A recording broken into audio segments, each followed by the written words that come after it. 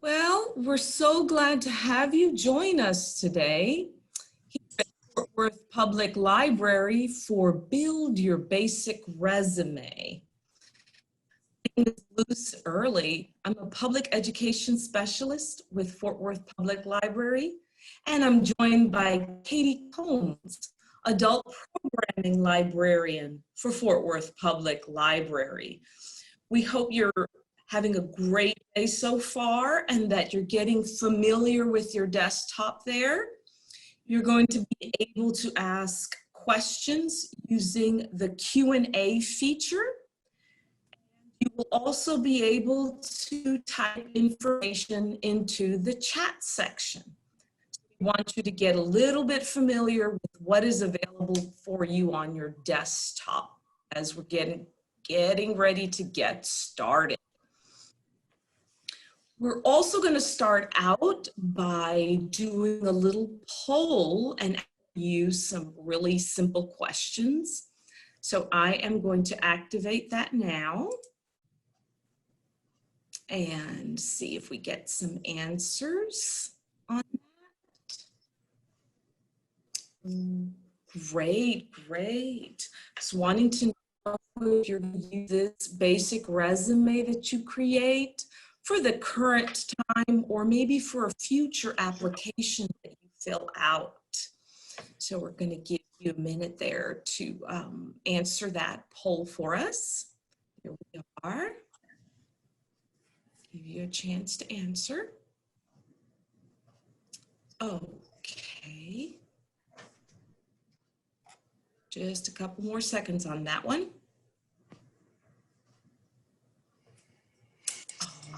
Alrighty.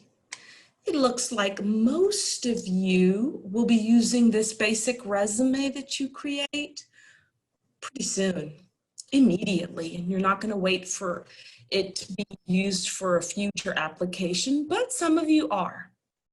So we're going to go ahead and I am going to share the results on that one. Yes. 60% of you will use it immediately and 40% of you will use it sometime in the future. And from some of the questions that I had asked when you were about to register, it looks like a lot of you, yes, you have created resumes in your past, but you want to update them. And some of you have not created a resume before. So again, Katie Combs will be joining us and she is going to be monitoring, there she is, she's going to be monitoring your questions, your Q&A, question and answer, and your chat. So we're looking at that. So we're going to get started here. There we go. So first, what I'd like to talk about for a moment is what is a resume? Now, a resume represents you to an employer, you and your background when you're not present. It's typically 1 to 2 pages in length. And something important for me to point out to you is that there's something else that some employers ask for, and that's called a CV, a curriculum vitae. And that's a much detailed, lengthier document. And that's not something we're going to cover today. Today, we're going to focus on having you create a basic resume after you finish watching this webinar. I will tell you also, you're going to have access to some links, some websites that will provide you with a lot of extra information. And Katie is including those in the webinar chat. Also, after the webinar, you had provided a valid email address when you registered. So you're also going to receive, after the webinar is over, you're going to receive a document file. It's called a PDF file, and it's going to be the slides of this webinar. And there you'll also have the information, and you'll also have the links to these websites. So the first website we're sharing with you is thebalancedcareers.com, and that's a website that'll tell you a little bit more about those differences between a resume and that longer document, the CV, in case you want more information on that. All right. Oh, one thing that comes up quite often is when you're looking online or you're looking in a document and you think, how do I spell this? Sometimes I see resume with accent marks on the E, and sometimes I don't. Well, when you're writing your document, you want to make sure that you include the accent marks. That's resume. Without the accent marks, the word is actually resume, which means to continue.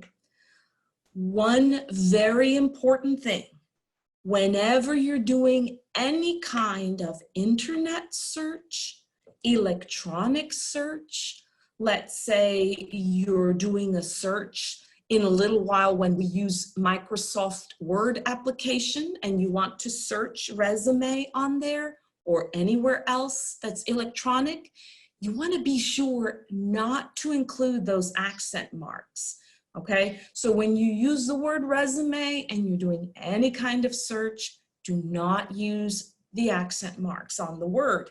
You can save that for when you're typing up your resume document, and that's later.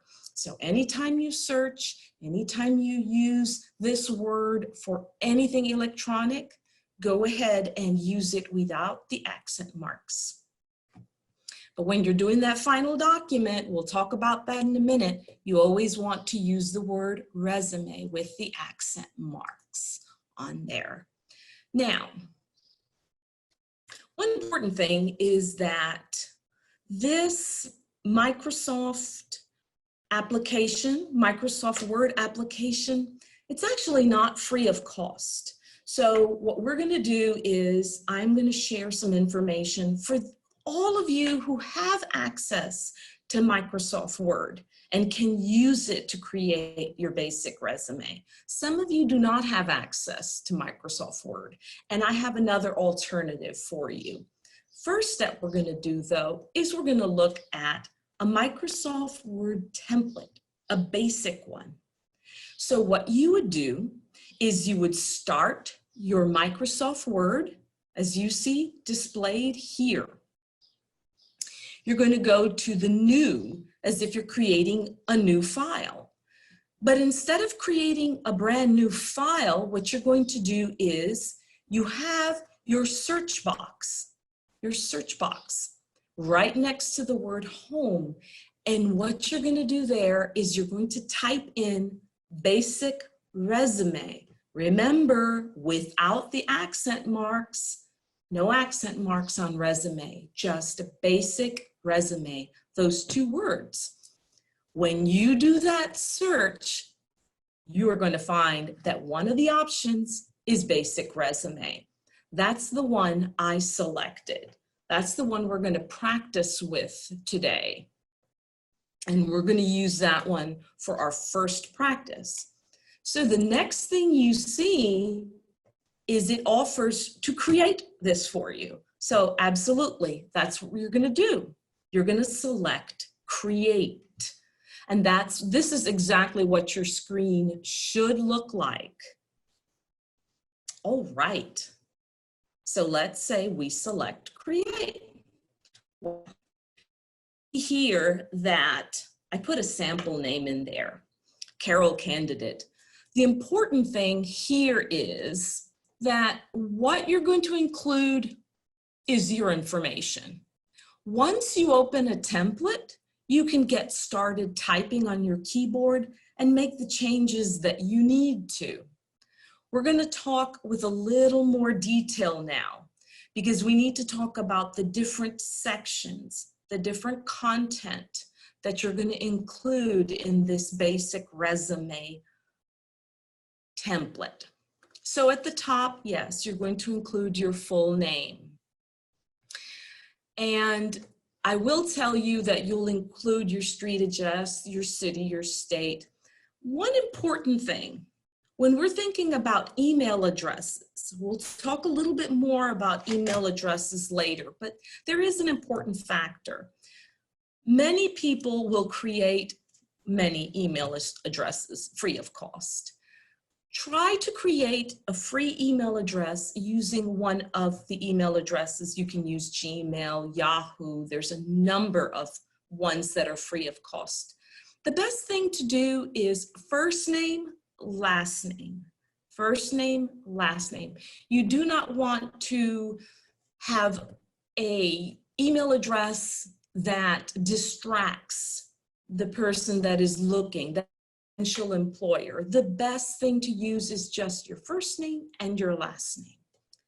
Now, moving on with this, the first thing that's listed here is summary statement.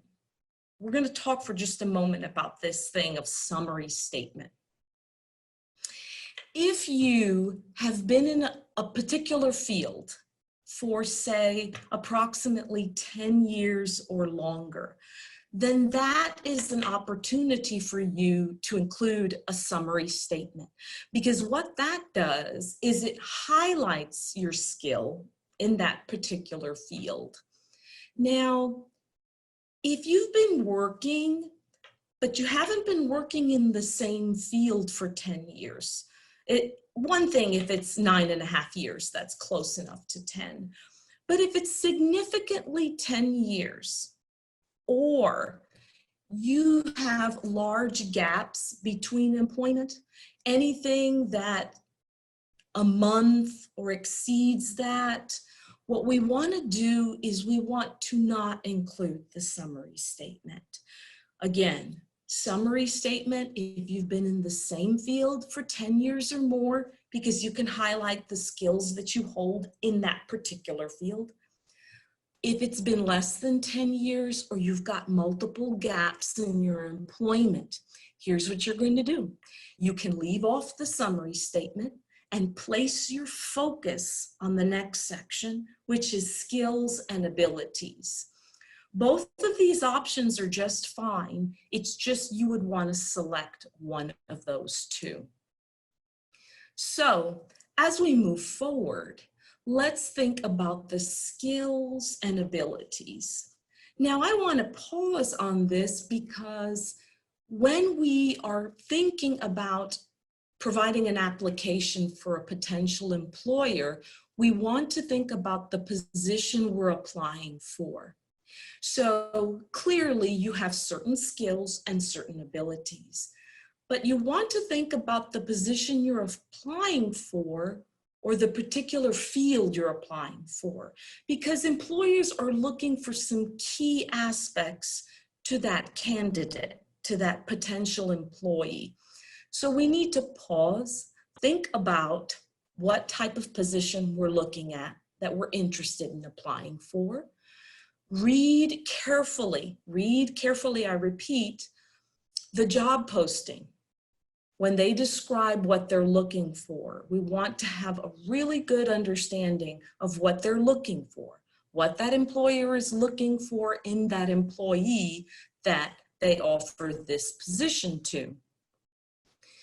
One thing you want to highlight is anything in your skills and abilities that match what that employer is looking for. And many times you can find this when you just stop and carefully read that job description. So take your time. You're going to hear me repeat this multiple times. Take your time to draft, to write out some of these ideas when you think about your skills, abilities, and your background. Many things are going to come up here because if you consider your background, consider your skills and abilities. There's some questions here. If you were in a field, say, for 10 plus years, but now you're applying to a different field, you can definitely still include a summary statement. But what I want you to do is, in your skills and abilities, you're going to address heavily on those skills and abilities that fit the position you want, the field that you're now entering. So that's fine. You've been in a field, now you're switching fields. You need to make them aware of all those 10 years plus that you had in that particular area.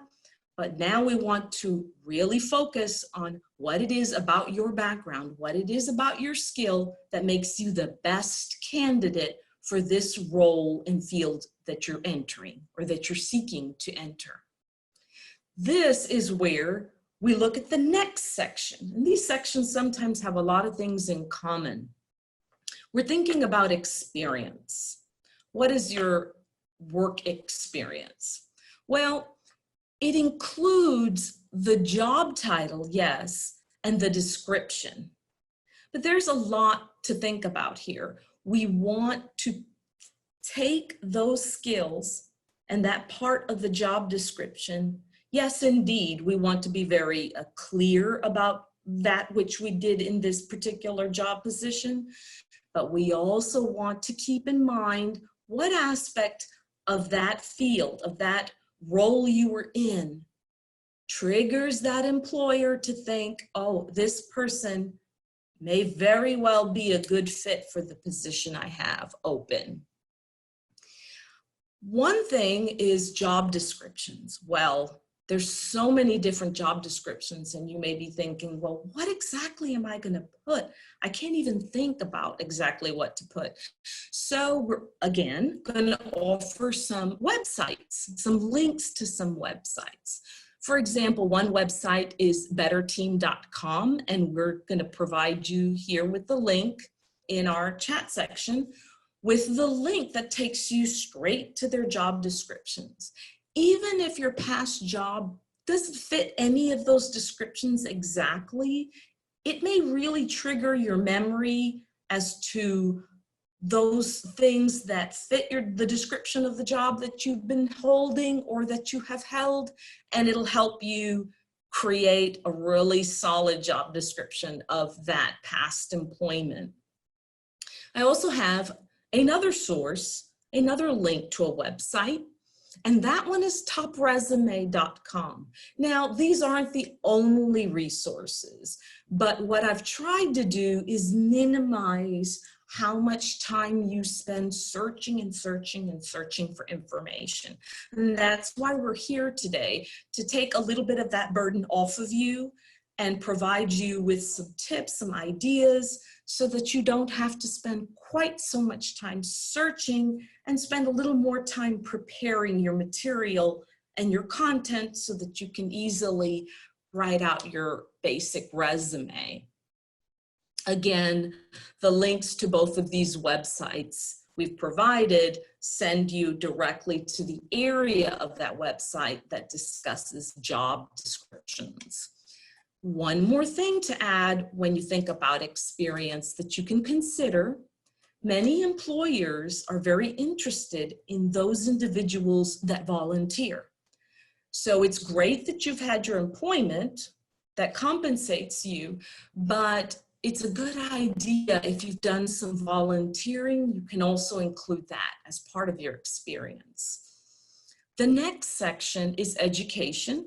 So here you can list the institution at which you studied, and if it's applicable to you and to that institution, then you can put the major subject or the discipline that you studied and the degree or the diploma or the license, that which you have obtained from that learning institution. And so one thing, I have a question here that's asking about your grade point average, which is your GPA. It's going to depend on the employer. That's really going to depend on the employer and the type of work that you're looking for, what profession. There are some where if the focus is heavy on the institution where you studied, the discipline that you studied, sometimes it really does have an effect what your grade point average was. Typically, I will tell you, one of the suggestions is if it is less than a 3.5, I would not necessarily list it, okay? Some of this information you can always, always, always provide later. Just, you can always provide it later. And some of this can be answered for you if you go to the original website that tells you the difference between the basic resume and the curriculum vitae, because some employers are really heavily focusing on your educational background, and that's kind of a different area of profession. Very, very specialized. Okay. So here, the other thing we want to look at with education, I think if you completed a particular type of study. Now, also, this goes back to something that you're going to hear me repeat multiple times. Keep in mind what you're applying for. That is going to give you a lot of information. Reading that job description, getting a really good idea of what they're looking for. That's going to help you a lot when it comes to what to provide as far as the details of your education and the details of your experience. That part's going to be pretty helpful. There is a next part, and that is communication. Communication is, how is it that you express yourself with others? Now, you also want to stop for a moment and think, do I need to share mostly how I communicate with clients, the public, my peers? Many employers are looking for you to be what they refer to as a team player. So you are the type of person where you are flexible, working with different colleagues, with different peers, with different coworkers, right?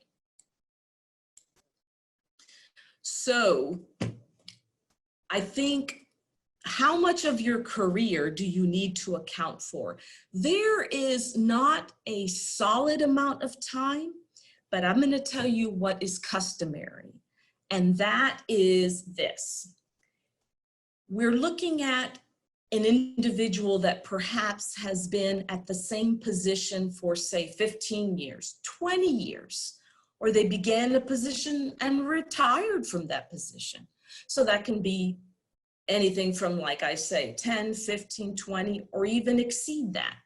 Clearly, that's going to go on your basic resume.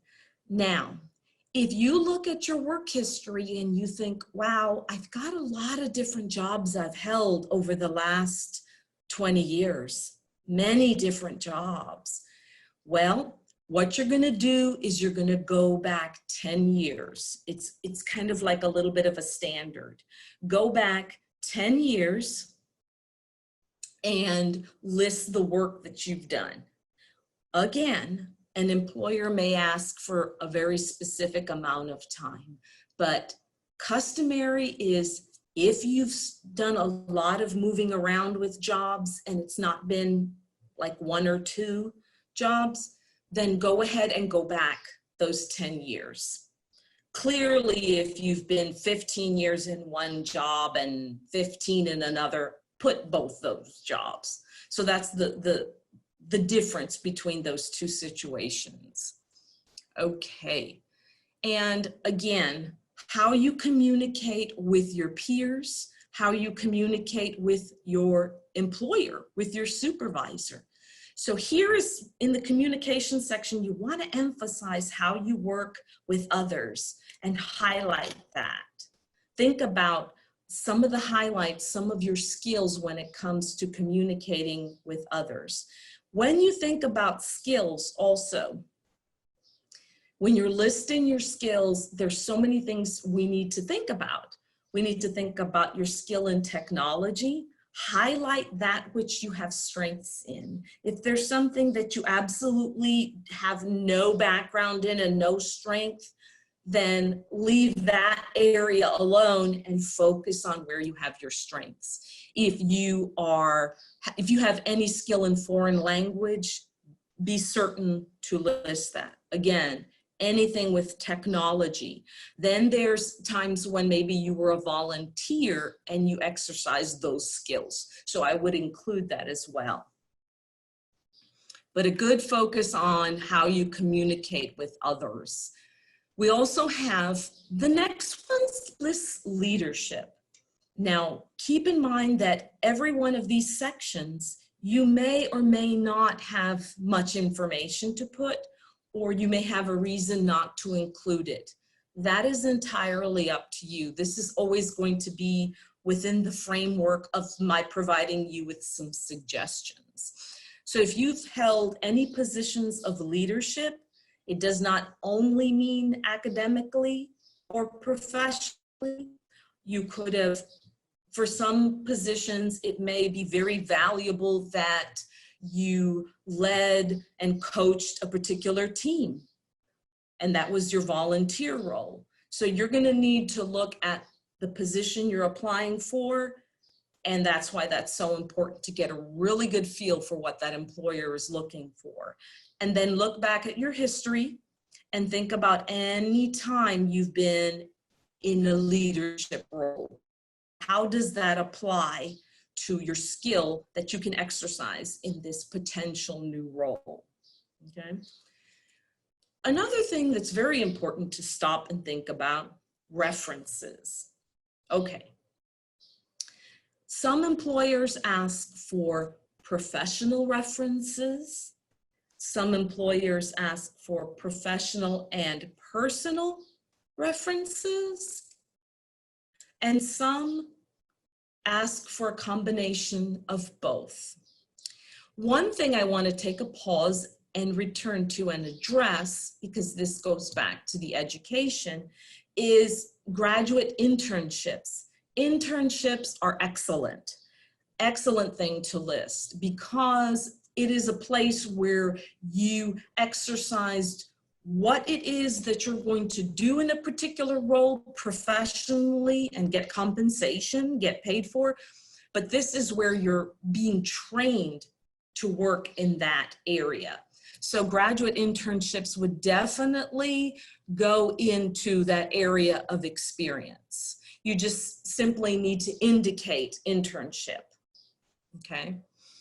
And so with references, what we're going to do is think about what the potential employer is looking for. If you're really not sure, here's what you can do. You can just list the professional references, maybe add one extra personal reference. Even though 3 references tends to be customary, you can do perhaps 2 professional, 1 personal. Many times I've put all 3 as professional references. But very important, confirm that the information for that reference is still valid. And in this digital age where technology, internet, email is so important, do your best to include an email address on that reference. So typically you're going to have the person's full name, their title, their position, right, and the company they work for, and the contact information, a number at which they can be reached, the phone number, and really try your very best to include an email, because that is very popular now as a method of contact with a previous employer. Again, if an employer wants only professional references, it's usually going to indicate this, or if they're asking you that one of your references or multiple be a previous supervisor. Many times it's going to include this. One of the things that's going to come up, I see a question here, and it is about to come up next. So great question about images and photographs. Here we are. We are going to discuss next. Here we go. There we go. Can I use fancy fonts, lettering, or images in my resume? Now here's why we don't want to do this. There is now, we're in 2020, there is something called the applicant tracking system. Applicant tracking system, fancy name for something that you could consider to be like a robot that is electronically looking for information to filter, because the first person to see an resume that is submitted online, for the moment I'm just speaking about online submission, not in person, just online submission, when you use electronic to submit your resume online. It's not a person that first sees your resume, it's this applicant tracking system. Consider it a robot, electronic, that is first looking at your resume. So one of the things that bumps out and the applicant tracking system does not identify, and what we would probably say bumps it and won't take it, this would be images, photographs, fancy fonts. And you might be thinking, well, Luz, what are fancy fonts? Well, there are some standard fonts, and these are going to be included when you receive this copy of what I'm sharing with you today. But some examples would be Arial font, Verdana, Times New Roman, some of these Calibri, these standard fonts that you see all the time, no matter what it is you're trying to type on a keyboard and look up in your word processor, you find them. Those are the ones, they're not really curly and pretty and fancy, but they're the best ones for this applicant tracking system, this robot, to say, oh, okay, I accept this resume, I accept this document, I recognize it. So that's what would get in the way if you put a photo. So one of the things to think about is content and information is actually what is the eye catcher. Because what the first eye that catches your resume is actually not a human eye if it's submitted online to a company that is large enough to try to save time. Employers are trying to save time, and a time saver is the applicant tracking system. So just stick to the simple. Simplicity is going to get you the best results.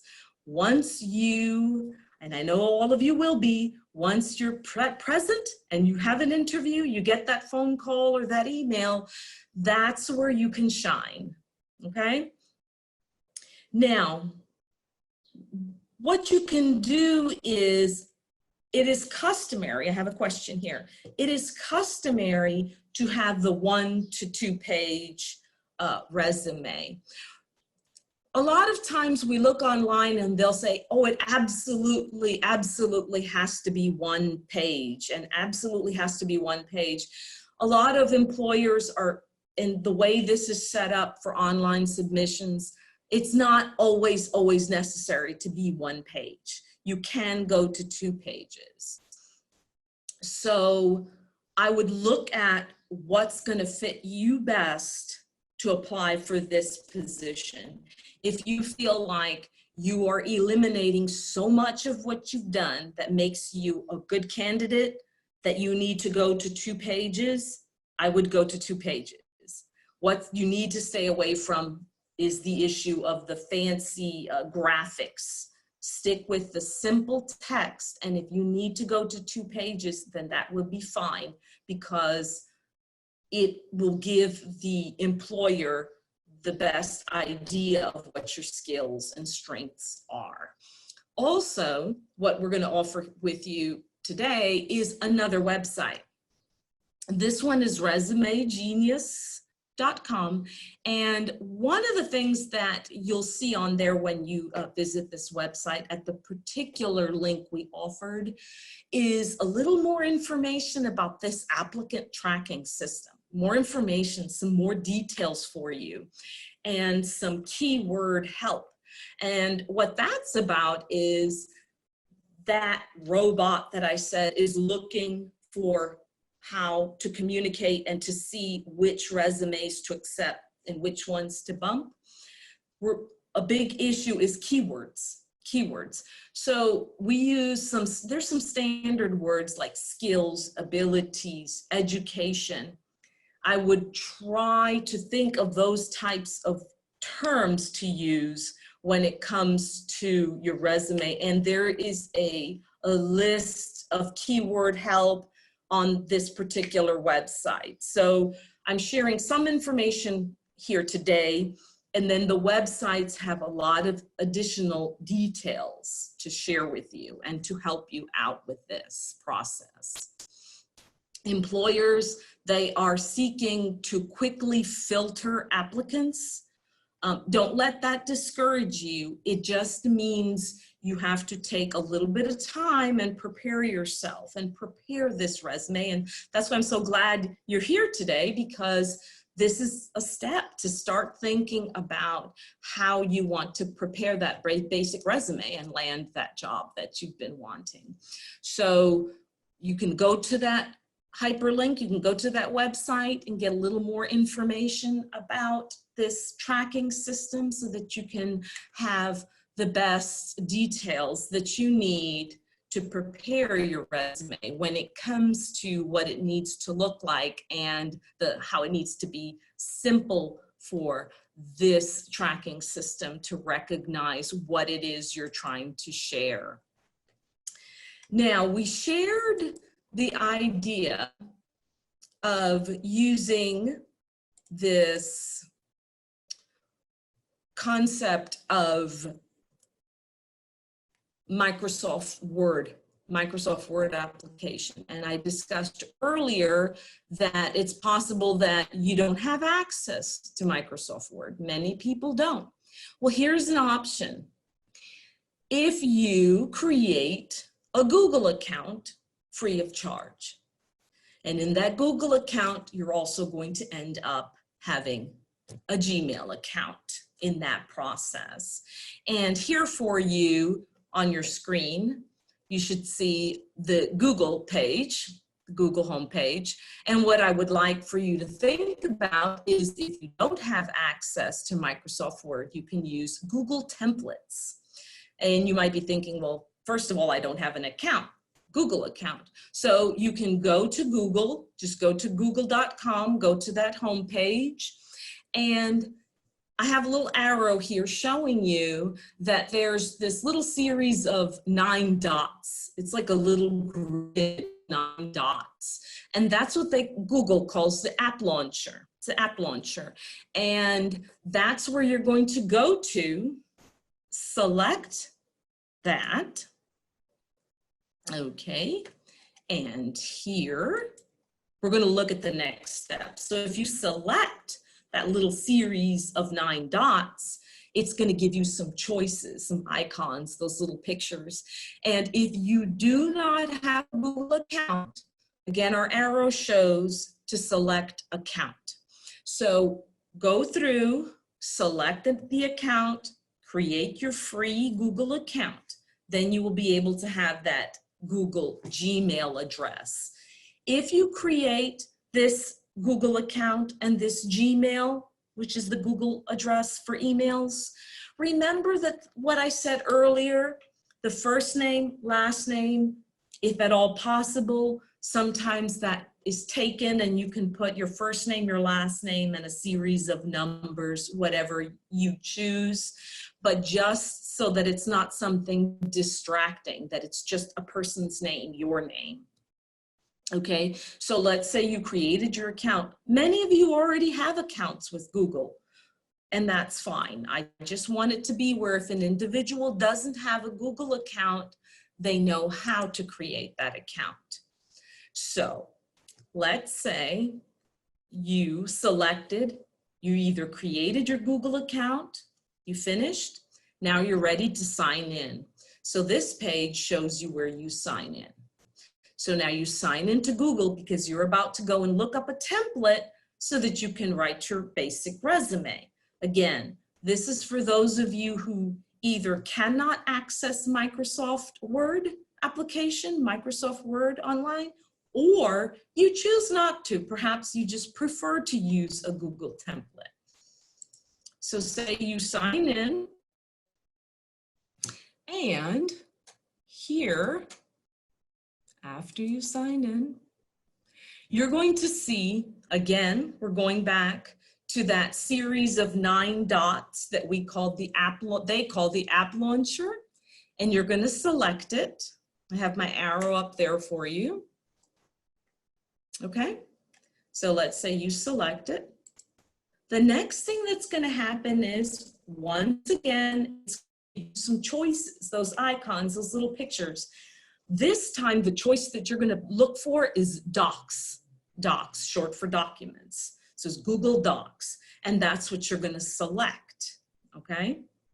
Remember, you registered for this webinar. We have your valid email address, so you will receive this information in your email within the next day or so. And you will be able to go through these steps if there's anything of this that's unfamiliar to you. No problem. Okay, so when I went to Google Docs, it showed up these choices. And this is just an example of what I chose. I chose this resume that says serif. That's just the one I chose. It was the simple one that I chose. It's just an example if that's what you would like to use. Remember, you're going to open this as a template. It's a sample and it's set up in a certain way, but it is up to you to go in and type. And you type your own information. So if you come in and you select this one just for practice, here's what you're going to see. You're going to see it opens up and it says, obviously it says your name, and that's where you're going to type your name. But here's what's important. And I'm glad it showed up this way in Google Templates for the basic resume. Take a look at that job title. It turns out that job title is in what I call a little bit of a fancy font. So that's why you have these red circles you'll see on your screen. And I circled job title right there, just so you could see. Then at the top, I put another circle, red circle, rather an oval shape, where it says the name of the font. That one, the name happens to be Meriwether, but the important thing is that that's where you could change the font. Remember I said there's multiple simple ones that are basic, like Times New Roman, Arial very often, Verdana. There's other ones you can choose, but if you think that there's any chance that it's a little bit too fancy for that applicant tracking system, that robot that needs to identify text, well, this is where you could change it on Google in your template. Also, don't be surprised if you open a Google template and you see, what in the world is this? To my knowledge, this is something like Latin, which is written here. All they're doing is providing you with some text so that you can see how the text is laid out on the document, on this template. You're going to go in and type whatever you like. They just want to make it where the text is in the position for you. You can go in and type. You can delete sections. You can do whatever you like. You can change the color of the text if that's what you want to do. You can also do that. I just want you to know that you're not required to keep it looking this way. This is just an opportunity for you to use this template and not have to get any fancy software or have any cost involved in creating your basic resume, because Google process with the Google account, the Gmail and such, this is free of cost and you don't have to buy any software. So there we are. And I want to give you a moment to look at that, because you'll see this particular one lists experience, education, projects, skills, awards, languages. Remember, you're going to list those things that match you and your background, what suits you best. This is where I'm saying, if you choose to eliminate this little section that says projects and you want to list leadership, in that section, that is entirely up to you as to what serves best to make it where you describe yourself as best you can, and then in a way that gets the attention of the employer to see you as the ideal candidate for the position. Again, you will put in what you need. So multiple experiences will be listed multiply, as many as you need that would fit the format of what you're trying to present to that employer.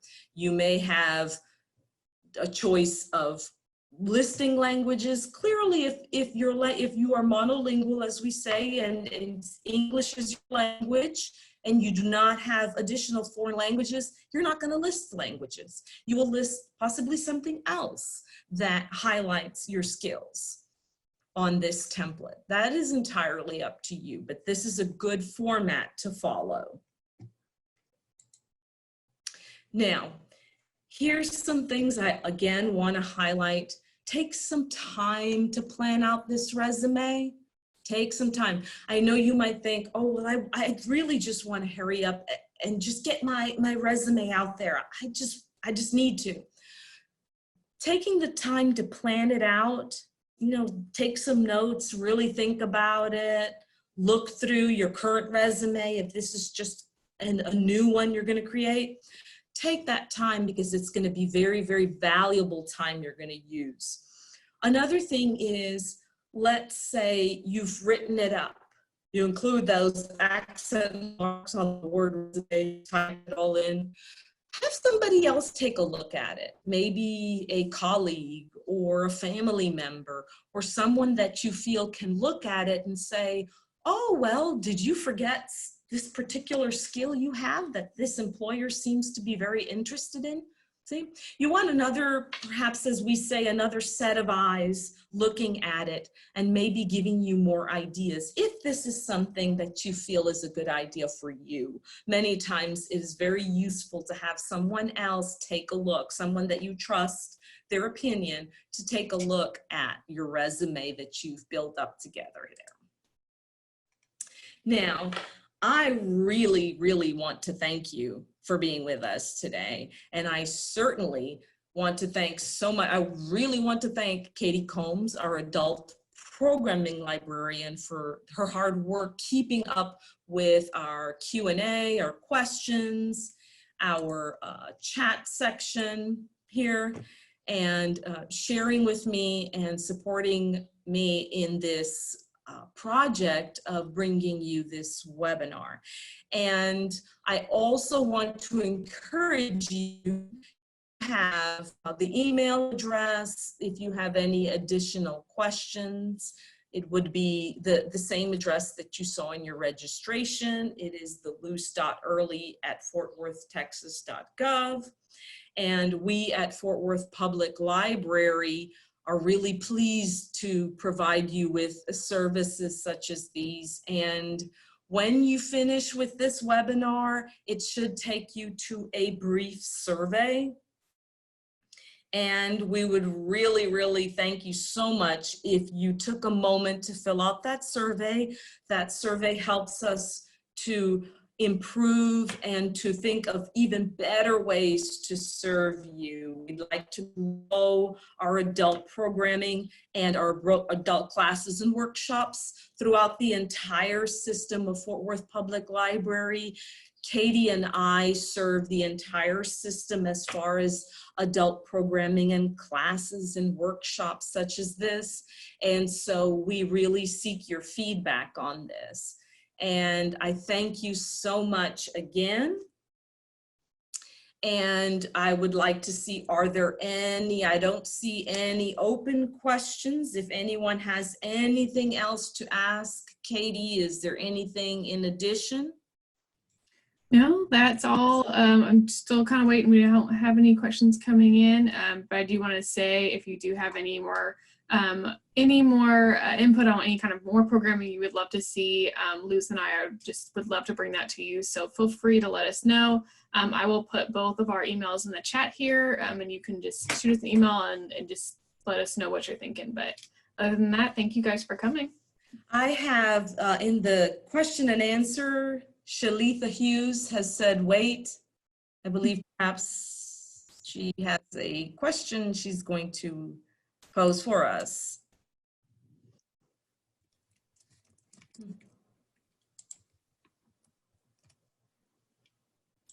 Okay, we'll give her another minute there. All righty. Again, Katie, okay. Shalitha Hughes asks, I have a question. Is multiple emails needed for job search or resume usage? You identify yourself to your employer with a valid email address. And that is one suggestion, is that you use a valid email address. And Katie, you have some input on that one?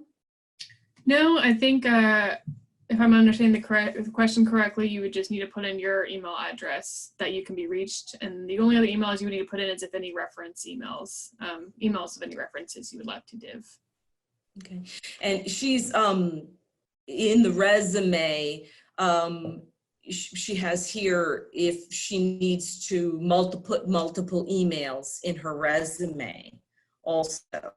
And I would not list many email addresses in your resume. I would list one. If for some reason you think you would not be able to receive communication from your employer at that email, then you can put an additional email. Okay, there we go. All right. Anything else, Katie? That's it for me. And this webinar will be recorded and posted on our YouTube channel. So if to share it with your friends, you can come back and visit it and view it again later. Okay. So, okay, I see that Shalitha says she's missed opportunities because of her email address. And so again, if there's any issues with your email address, if you're concerned that at that particular email address, some communication might go to the junk mail or the spam mail, then you might want to do the suggestion of getting another email address free of cost where that might not be a problem. Okay? All right. Thank you so much. Thank you very much, Katie. And I appreciate, oh, thank you. Thank you. Got some thank yous coming in.